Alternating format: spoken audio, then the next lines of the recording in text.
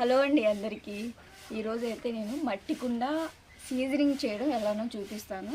So ఇక్కడ నేను ఈ మట్టి పాత్ర తీసుకొచ్చాను.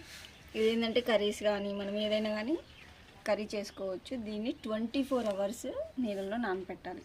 అంటే ఇది మట్టి స్మెల్ అదంతా పోవడం కోసం మనం వాటర్లో వేసి ఉంచితే 24 అవర్స్ నీళ్ళలో ఉంచిన తర్వాత దీనికి మనం ఆయిల్తో సీజనింగ్ చేయాలి. అది ఏంటి ఎలా చేయాలి అనేది నేను చూపిస్తాను ఈరోజు మీకు. ఫస్ట్ అయితే నేను ఇంకా దీన్ని 24 అవర్స్ వాటర్లో ఉంచాను కాబట్టి దీన్ని పక్కకు తీసేస్తున్నాను. ఇది శుభ్రంగా ఆరిపోవాలి. నేనైతే ఇంకా దీన్ని తడి తుడిచేస్తున్నాను. ఫస్ట్ అయితే నీట్గా తడి తుడిచేసుకుని సీజనింగ్ చేసుకుంటే ఏంటంటే మనం తర్వాత ఏం వండుకున్నా మనకి మట్టి స్మెల్ అనేది రాకుండా ఉంటుంది. అందుకని చెప్పేసి వాటర్లో అయితే కంపల్సరీగా 24 అవర్స్ ఉంచుకోండి. ఏమి చేసుకున్నా దీనిలో మంచిగా త్వరగా కుక్ అయిపోతాయి, హెల్తీగా కూడా ఉంటాము.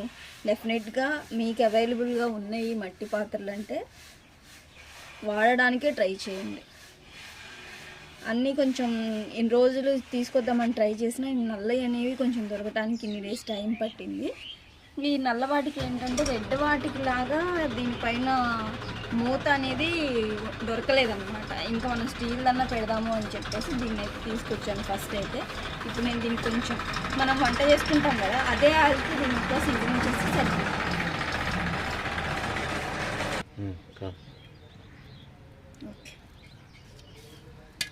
సో ఇలా ఆయిల్ తీసుకొని మొత్తం దీనికి స్ప్రెడ్ చేసేసేయండి ఈవెన్గా. దీని తర్వాత దీంట్లో మనం మంచిగా కుక్ చేసేసుకోవచ్చు. పాత్ర అయితే భలే ఉంది, నాకైతే చాలా నచ్చింది అనమాట. ఎప్పుడెప్పుడు దీనిలో వండేద్దామా అనిపిస్తుంది.